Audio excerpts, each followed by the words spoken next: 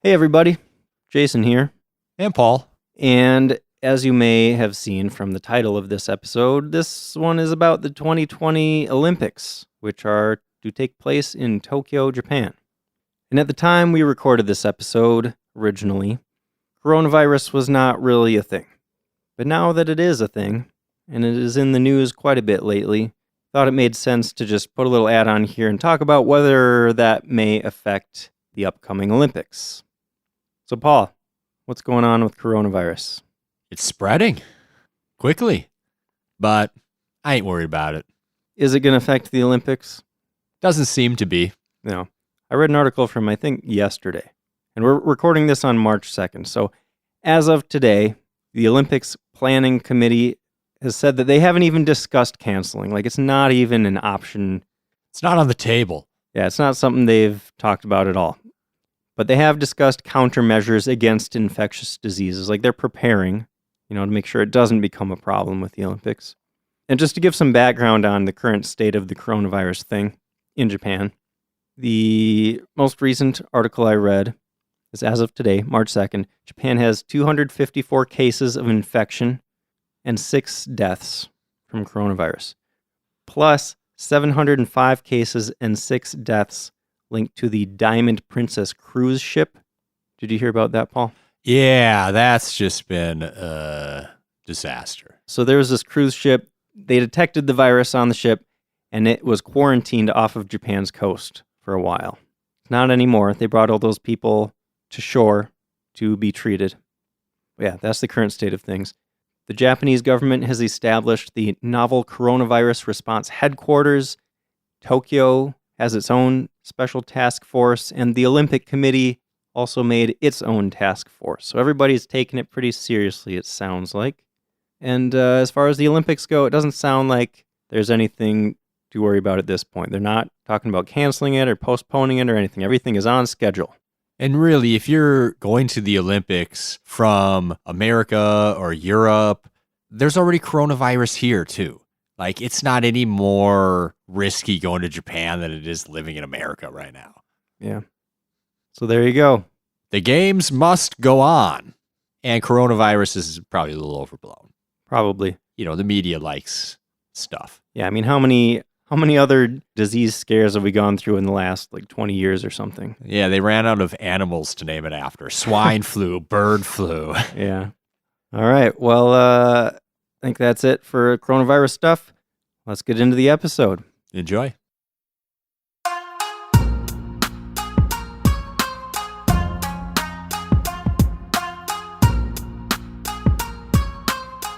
Welcome to Sightseeing Japan, the podcast where we explore the land of sporting passion. I'm Paul Bresson. And I'm Jason Nealing. And today we're talking about the 2020 Summer Olympics, which in Japanese are 2020年夏季オリンピック. And they are being held this year in Tokyo, Japan, from July 24th to August 9th. We're also going to be mentioning the Paralympics, which are from August 25th to September 6th.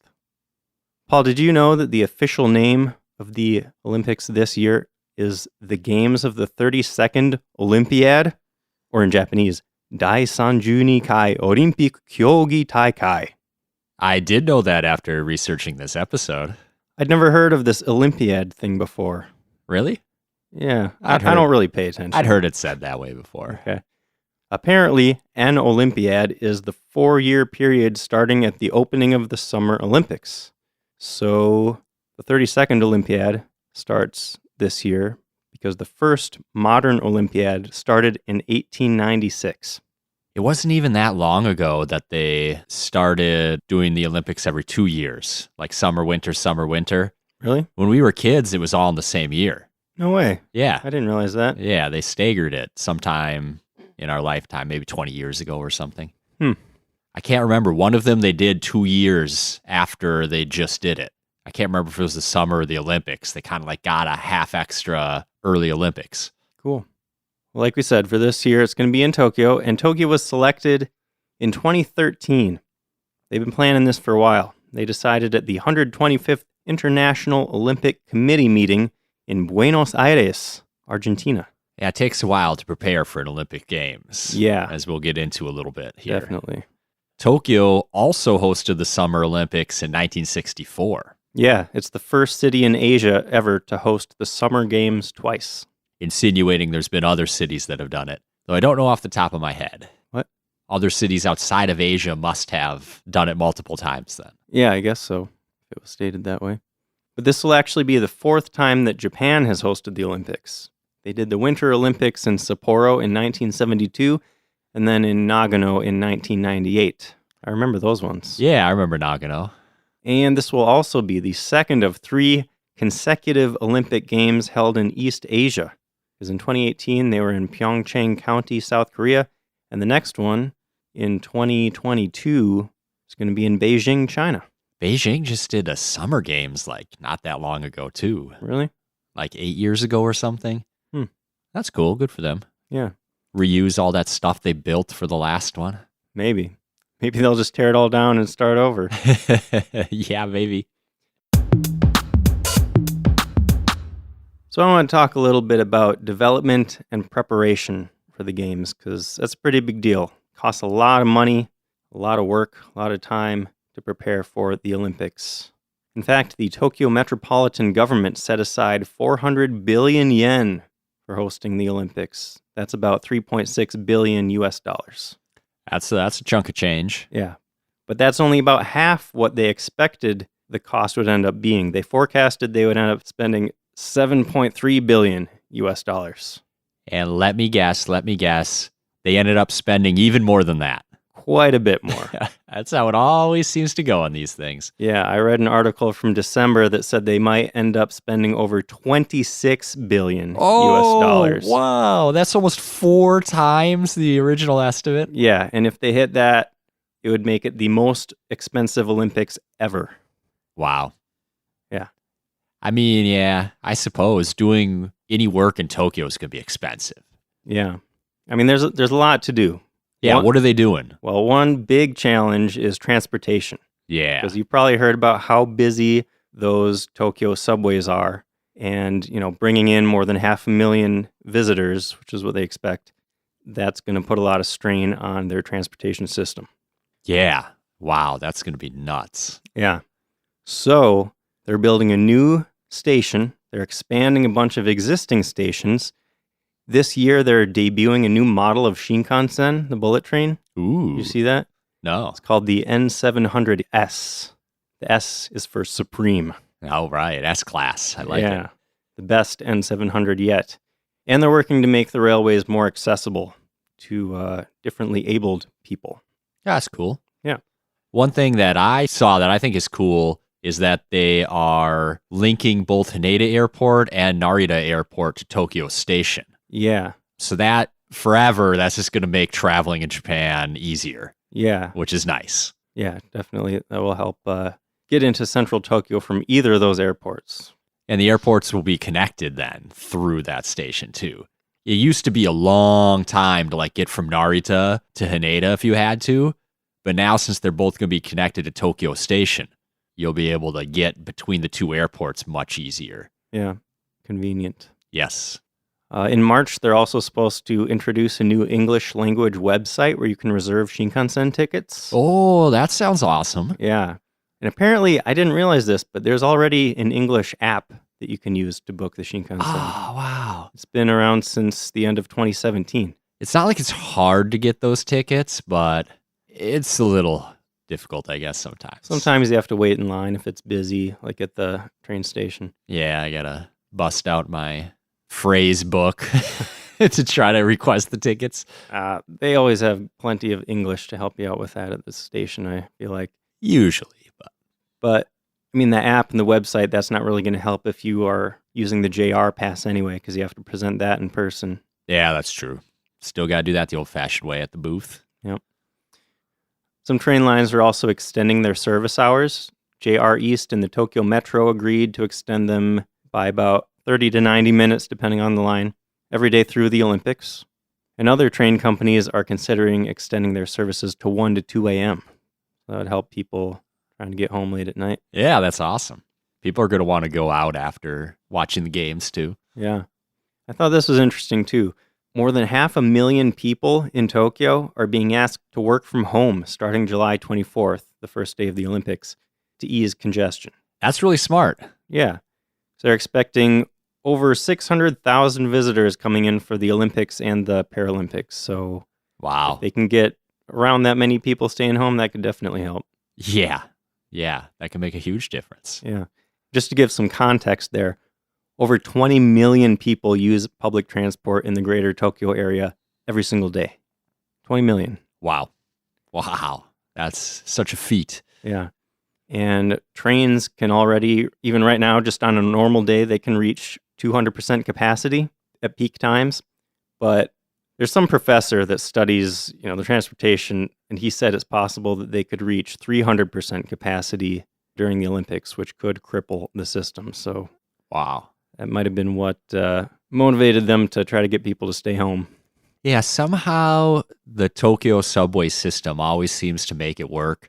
I've been there a couple times where it's like, no way everyone's going to fit on this train. But I've never seen anyone ever have to stay behind for the next train. Somehow everyone just squeezes on board. They're pretty good at it. But there's Stuffing got to people be a in there. breaking point at some point. Yeah. Well, we'll see what happens, but hopefully all that stuff they've been working on will make things run smoothly. Yeah, it should definitely help. Yep. And that's the kind of stuff that it's really costly, but it benefits your city after the Olympics. Yeah. I mean, a You lot of know. those expanded train stations are still going to be there. It helps with future infrastructure too. Yeah, I feel like it's more beneficial in the future to spend a couple $1 billion building trains and subways than it is dropping it on a stadium that you do concerts in once a week. Sure. Speaking of stadiums, I bet they spent some money on those too. just a little bit. Yeah, so they also have to think about venues and infrastructure because there are a lot of events that are going on, and they need a lot of different types of buildings to take care of all those. So they still had the National Stadium, which was the main venue for the 1964 Olympics. And was built for those Olympics. Yeah, but they decided not good enough. We're going to tear it down. That's what they did. And they built a bigger one, a brand new building in the same spot, which just opened recently on December 21st, 2019. There was a false start or two and a redesign or two along the way, Yeah, it sounded like it didn't go perfectly smoothly, all the planning stuff, but but it's open now. Yep. 80,000 person capacity it's a lot or of people. so. That's a pretty big stadium. Yep. And I didn't know it's actually located in Shinjuku. I didn't know that. Hmm. I never noticed it there before.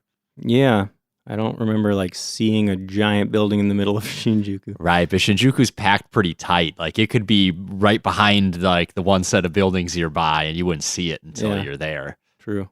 Yeah, so this new national stadium cost 157 billion yen to build, which is 1.4 billion US dollars. Ooh. It's a big chunk. Yeah, it's an expensive stadium. But that's kind of normal. All these stadiums we're building in the US cost like over $1 billion these days too. Yeah. But I mean, that's just one venue too. Yeah. That just takes care That's of just for the opening and closing ceremonies and a little football, Yeah. English football. Yeah, but in total there are going to be 42 competition venues, 8 of which are brand new. Several more of them are temporary, and the rest are already existing, and they're spread all over Tokyo, with one exception. Paul, did you see that they recently decided to move the marathon and race walking events to Sapporo? Yes, I did. Yeah. Odori Park. We talked about that in our Hokkaido episode, I think. Yeah, that'll be a cool spot for them. Good Mhm. for Sapporo. Yeah, and good for the athletes. They moved it because of heat concerns. Tokyo gets pretty warm in the summer. It's expected to be the hottest Summer Olympics ever, apparently, Wow. due to Tokyo being a heat sink and due to global warming and the usual hot summers. It's just forecasted to be a perfect disaster of hot, sweaty days. Can you imagine running a marathon in that? I heard the people in Tokyo were like, let's just move it earlier in the morning. And the Olympic Committee was like, nah, we don't want anyone dying out there. Yeah.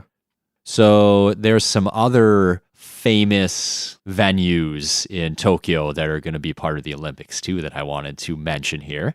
Like what? How about Kokugikan Arena. Never heard of it. It's also known as Ryogoku Sumo Hall.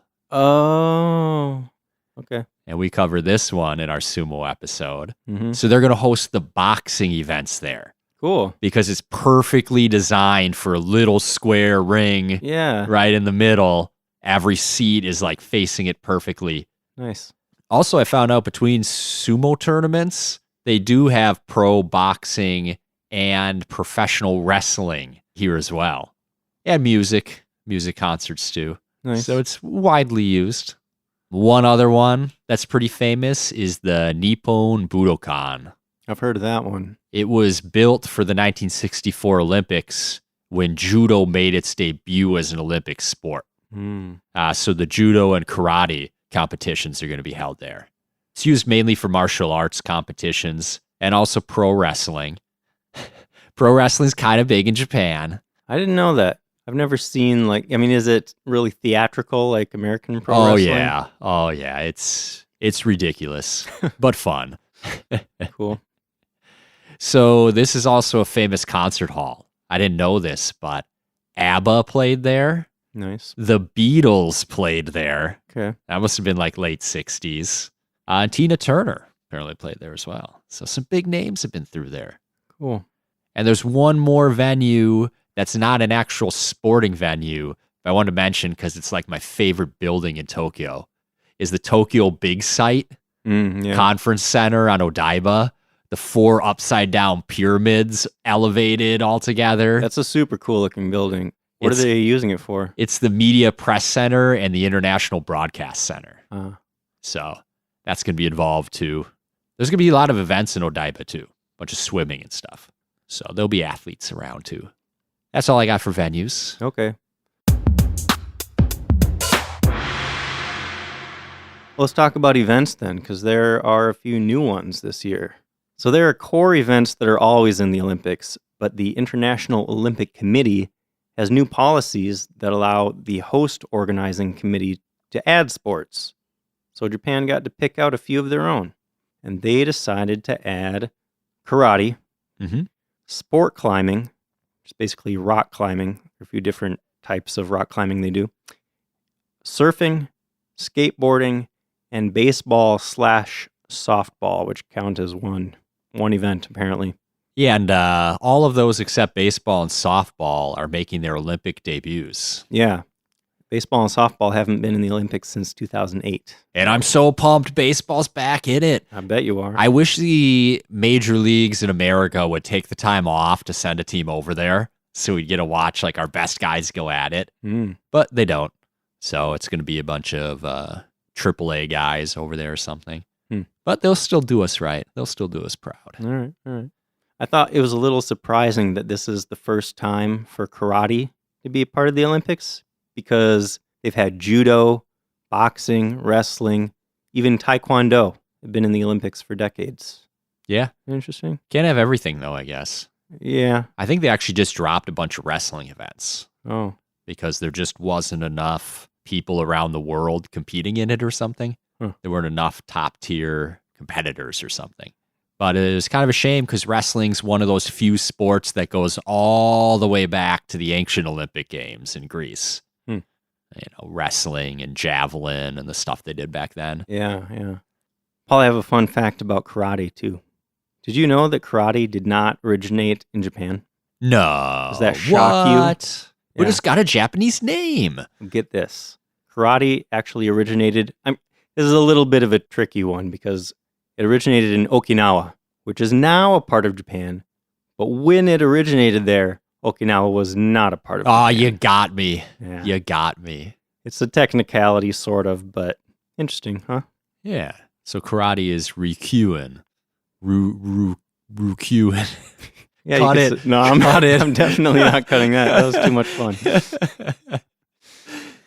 There's also going to be 3 other sports that weren't in the last Summer Olympics that were added in by the Olympic Committee, probably because wrestling and whatever else fell out. Now we've got these 3 in, and they are 3-on-3 basketball, which sounds really interesting. I'm curious, what it looks like seeing 3 pro basketball players play against another 3. Like, I just can't imagine how the game would change, Right? you know? How long till we have one-on-one in the Olympics? That would be so fun to watch. That would be epic. Yeah. Also, freestyle BMX. Yeah, they're trying to aim the Olympics more at youth, so they're adding more extreme sports these days. Yeah, with Japan choosing to add skateboarding and surfing for this Olympics too. Mm-hmm. That's really cool. They've got a lot of newer stuff, which is nice. Yeah. And the third one the IOC is adding is called Madison Cycling. And it's actually a cycling relay race. Cool. And it's apparently American invented, so hopefully we dominate, right? I don't know. Hopefully. We'll see. Hopefully no one falls trying to pass a baton on bikes. Does that Seems a happen little often? tricky. I know I've seen videos of like in a bike race, somebody goes down and then like 20 people behind them Yeah. go down. I don't know if it's like super common, but when someone does go down, it creates that huge piling effect, Yeah. which makes those crashes kind of epic. Yeah. So that's it for the new sports. Otherwise, all the same old classics, track and field stuff, soccer, swimming. All sorts of stuff.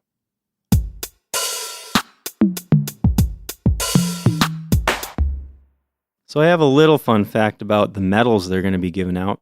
Thought this was interesting. In 2017, the Tokyo Organizing Committee announced an electronics recycling program.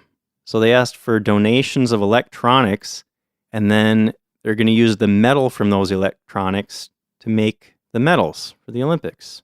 Pretty cool. Yeah, and actually heard they had a little trouble getting all the silver they needed Yeah. because the gold medals are actually made with a silver base. Yeah, I didn't realize that They before. must just be plated in gold or something. I guess. But they eventually I think they got all the bronze, silver, and gold they needed just to recycling cell phones and things like that.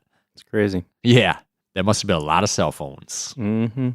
Did you see what the medals looked like? No, did you? Yeah, they're pretty cool. What do they look like? On the front, it's a woman that looks like she's wearing like a toga or something. Like her arms out and she's running in front of like an old stadium.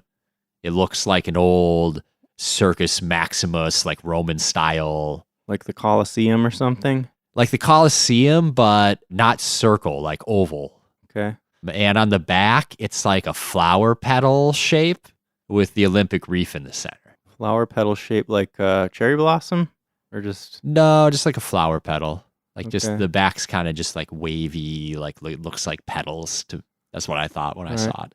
I'm going to look it up. Yeah, they look pretty cool. It'd be a nice medal to win. To be able to have her in your trophy case for a while. Yeah, I wouldn't mind having a Olympic medal. It'd be pretty cool, I guess. Yeah. I think most people sell them after they win, but whatever. Are you serious? I think a lot of people do. To who? Collectors, Huh. If you won a gold medal and like 10 years later you could sell it for like $50,000, you'd probably be a little tempted. Yeah. Yeah, like a lot of the athletes in the Olympic Games, all those sports besides like basketball and soccer and stuff, they're not like super wealthy athletes. Yeah, I suppose. They all work at the Home Depot or whatever in the off season to help train. Okay. So they got to run the torch relay to get the torch to Japan. Yeah, that's a big thing. The torch is going to be lit on March 19th in Olympia, Greece. March? March 19th. Will they do the relay all the way from March up until July? It goes all over Japan. It's going to go to all 47 prefectural capitals in Japan. Wow. How do they get it to different islands and stuff? You could put it on a boat. Huh. I wonder if they don't cheat sometime and like fly it. Like, are they really going to put it on a boat from Greece? Well, it's supposed to To, be like, burning get the it to whole time, Japan. right? Yeah, it's supposed to be, but if they put it on airplane, they're not going to leave it burning. Right. So I don't know. I didn't look that hard into it. But that's cool. They're going to hit every area in Japan with that thing. So everyone's going to get a chance to come out and see the Olympic flame. It is cool. Gets people psyched. Yeah. So, of course, they've been doing a lot of marketing to drum up interest in the 2020 Olympics. There's actually a nationwide design contest in Japan to design the emblem for the 2020 Olympics. And in 2016, they unveiled the winning design Maybe you've seen it. It's kind of a ring sort of shape, but the ring is in an indigo-colored checkerboard pattern. And the Paralympics emblem actually is almost the same, except instead of a full ring, it's like a little crescent. Okay. It's a pretty cool-looking emblem. And it being Japan, of course, they've got mascots for the Olympic Games. For the Summer Olympics, Mirai Toa is the official mascot. Yeah, you know what that name means? Yes, it means future and eternity. Yeah, Mirai is future, Toa is eternity. And he's a little cutesy cartoon character. Yeah, and he's blue with the same checkered type pattern that's on the official logo. Yeah. So it kind of ties in. Yeah, blue and white. And he's got a whole backstory. Of And course. a personality. He is a fully fleshed out character. He has a strong sense of justice. And it's the Olympics, so of course he's very athletic. Yes, of course. And then randomly, he has the ability to teleport anywhere instantly. Awesome. Because why not? Do you know there's also a mascot for the Paralympics? Oh, you mean Someiti? Yes, I do. Yeah, I know about her. She's named after Someyoshino, a type of cherry blossom. Also, that name is supposed to sound like so mighty in English. Yeah, that's which I thought was funny. That's kind of funny. Because, I mean, yeah, okay, that's an English phrase. I've never heard anyone like use those words together. Like, oh, that person is so mighty, you know? Yeah, not in like real life. Like Nobody, maybe in a fantasy book or I something. feel like mighty is a dated word.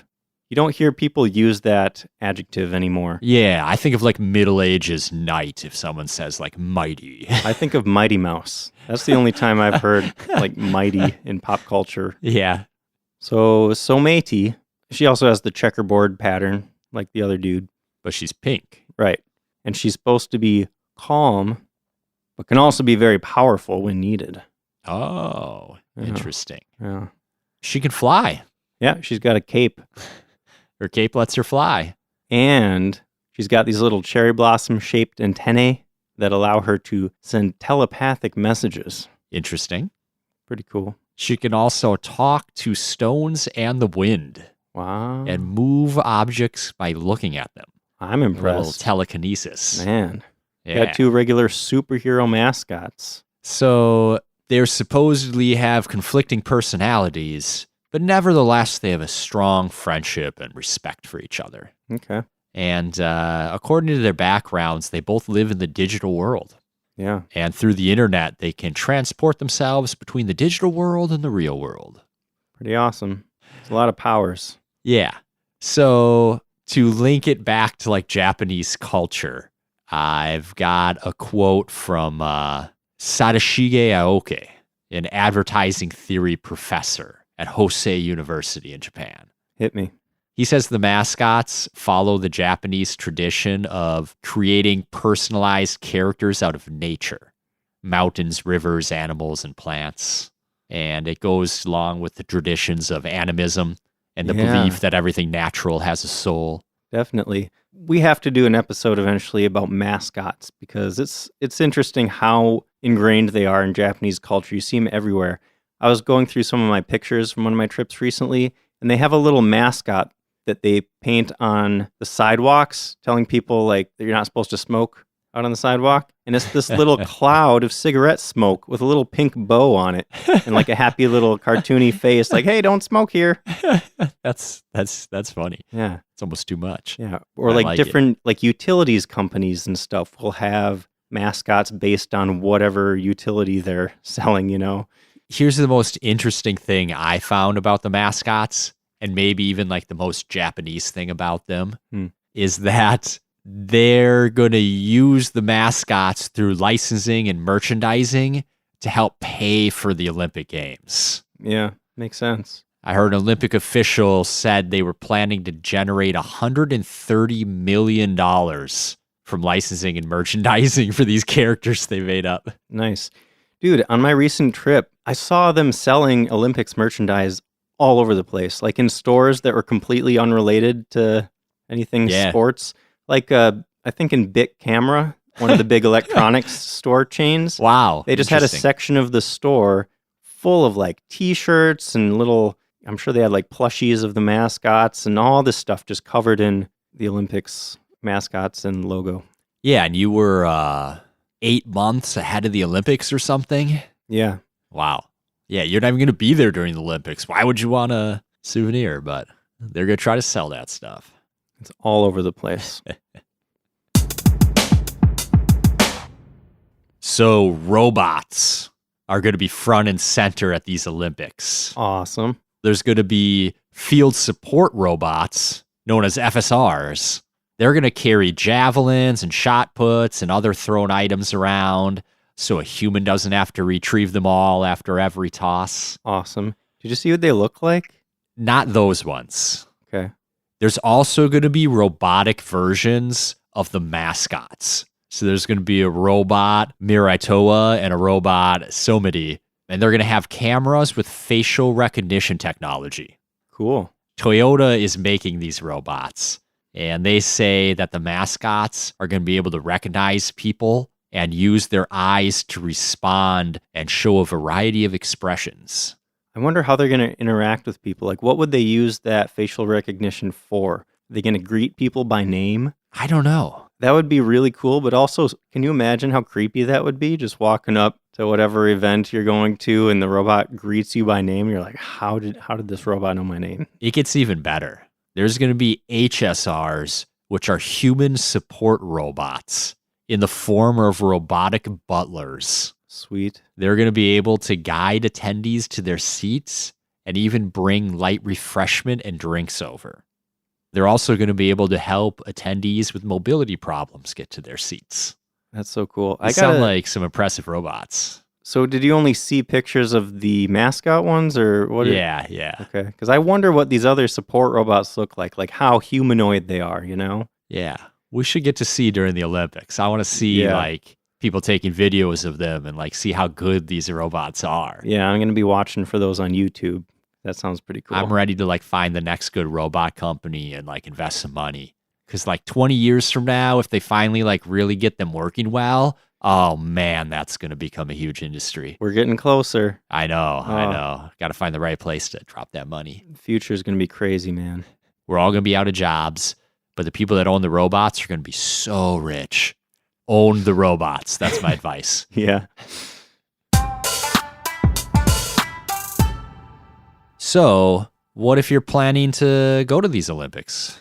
Well, then hopefully you started planning a long time ago. Yeah. There are still tickets that will be available. They're going to be selling or reselling tickets through 2020 up until the Olympics from various places, depending on your country. Like a bunch of companies buy up a bunch of them. I think I read that about a third of Olympics tickets are resold by other companies. I totally believe it. But they're still in extremely high demand, and they're going to be hard to get because this is probably going to be the most popular Olympics ever, I saw. Yeah, who doesn't want to go to Tokyo? Like, what great reason to go to Tokyo. Like, you even need a reason to go to Tokyo. Yeah. Apparently, a lot of the times at Olympics, there are a lot of empty seats, and they, like, have to work to get more people in to make them look all filled up. That was my impression. Yeah, but these ones, it sounds like people have been clamoring for those tickets. Everything's selling out. Yeah. That's awesome. Yeah. It's going to be great. It's like some obscure sport in, like, the early rounds. And the place is just rocking. Like, that's cool. That's awesome. Yeah. And, you know, I was a little surprised at the price of tickets. I thought, I mean, it's the Olympics. I thought they would be super, super expensive. But the average price of all the Olympic tickets is 7,700 yen, or around 70 American dollars. Yeah, that's not too bad. Yeah, not unreasonable, I would say. My first instinct was I thought the tickets would be kind of cheap because they'd try to fill it up and make it look good. But then when I found out how popular these Olympics were going to be, I was surprised they had the self-control to like keep the prices that low. Because a lot of events are getting way higher than that these days. Yeah. So that's awesome. Normal people will be able to go. Yeah. But hopefully, if you are planning on going, you already have your hotels booked because those are getting super expensive. I saw that capsule hotels, talked about those in our hotels episode early on. So capsule hotel, you just get like a little tube to sleep in, basically. They're usually super cheap, like $20 a night maybe. I saw that capsule hotels are advertising prices over $100 a night. Oh man. And they're all going to be booked up too. You're not Totally. going to be able to be like, oh, I missed the last train. I'll just pop in the capsule hotel. Like, no chance. Yeah, probably. Maybe the manga cafe. Yeah. You rent a that's room an and option. knock out. Yep. But those will probably be jacked up too. Who knows? Maybe just find a club and party all night. Yeah. Just don't sleep. But if you're not going to the Olympics, like most of us, you can watch the Olympics because they're televised all over the world, right? It'll actually be fun to watch because they always do some cultural stuff too, along with all the sports and things. Yeah, Like, so you'll get to see a lot of Japan reflected in the coverage, I think. it'd be cool. I'm sure they'll do some specials about the robots and all that stuff. Yeah, probably. And, your broadcasting network is going to depend, obviously, on where you are. But in the U.S., networks owned by NBC Universal are broadcasting the Olympics. So keep an eye out for that. Got anything else, Paul? Yeah, let's talk about Russia. Okay. So you might see some Russian athletes at these Olympics, but they're not going to be above the Russian flag next to their name.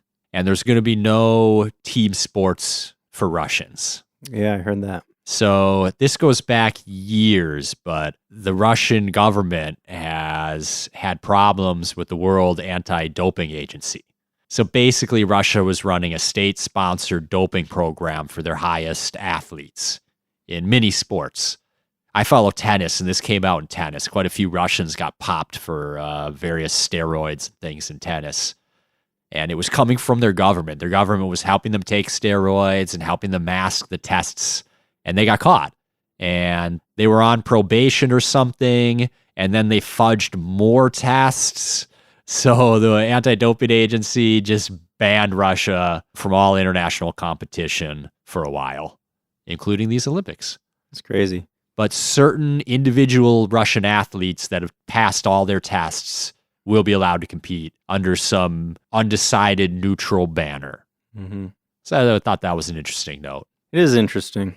It's kind of crazy the amount of effort that some governments put into sports. It's sports, you know? Yeah, for what too? Like what? Some Russian tennis player gets a few rankings higher in the world? Like what is that? What does that mean for Russia? Bragging rights. There's like a little bit of pride there, but that's it. Like, Yeah. I don't know. Dude, I'm sure you know this because you're way more into sports than I am, but I heard that Yao Ming was, He was Bas- bred.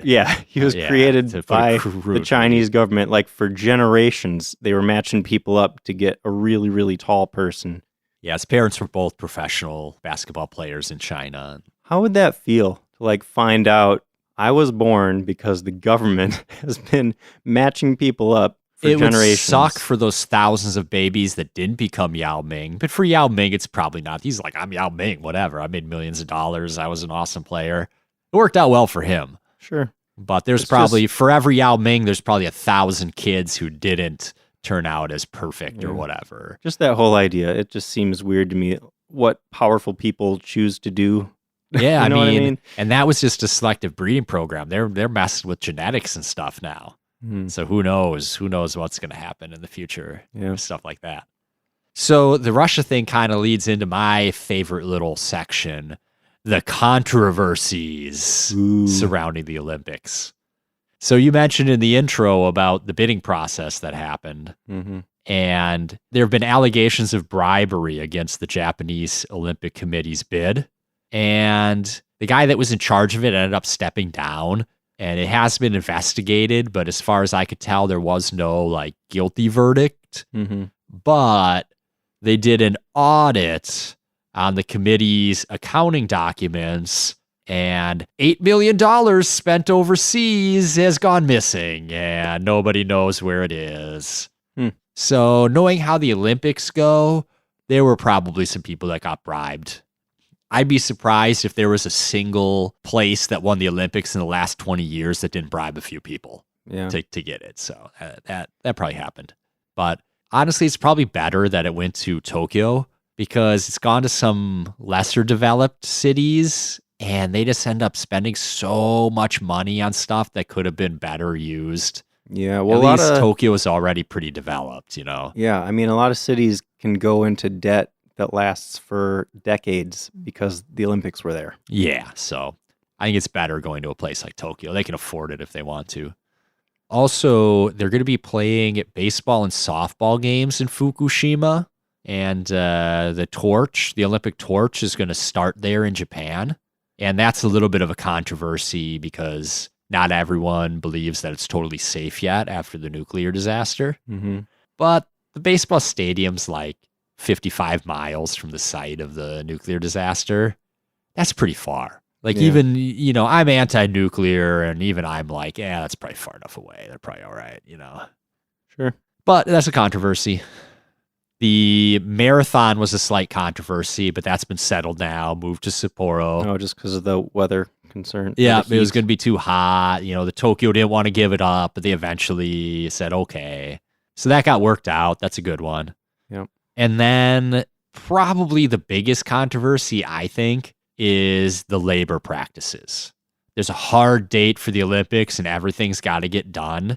So in 2017, there was a worker that killed himself, and they did an investigation. What kind of worker? What was he working on? He was some sort of safety supervisor for construction. I don't know constructing exactly. like the new arenas? Something like that, yeah. Something new they were building. I don't know exactly what it was. But they found out he had recorded 211 hours of overtime in the month before he killed himself. What? In a month.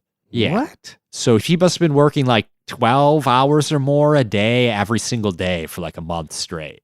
It's maybe crazy. even more, maybe even 14 hours a day. I didn't do the math, but yeah, that's insane. That is insane. Because full-time worker, 40 hours a week, you're going to be working like 160, 170, whatever hours a month. So he more than doubled that.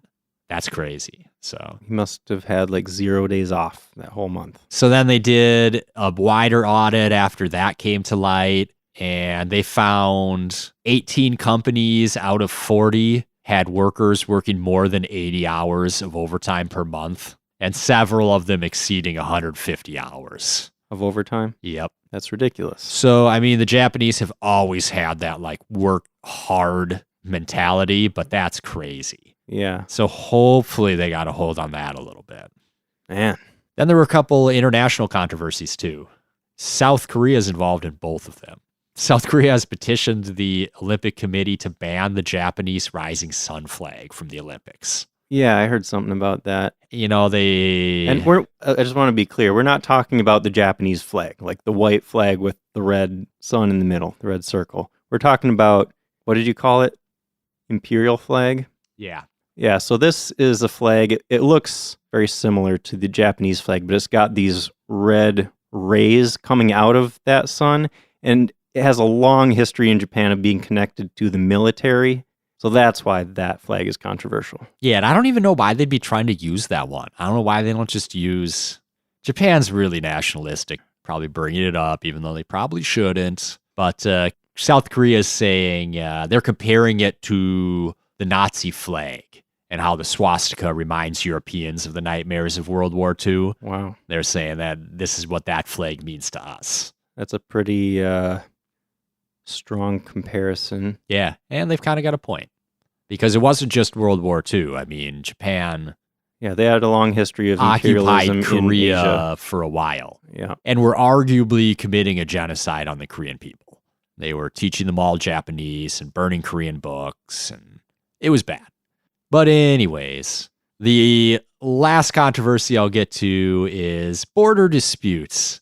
So on the map for like the official website for the Olympic Games, there's a map that shows Japan, and it shows the Kuril Islands as part of Japan, which Russia claims. Yeah, those ones up by Hokkaido, right? Yep. And then there's the Liancourt Rocks, which are some islands that are governed by South Korea that are shown as part of Japan there too. So South Korea and Russia both objected to that. Yeah. But there's all sorts of island border disputes in the Pacific. It's not unusual. Yeah.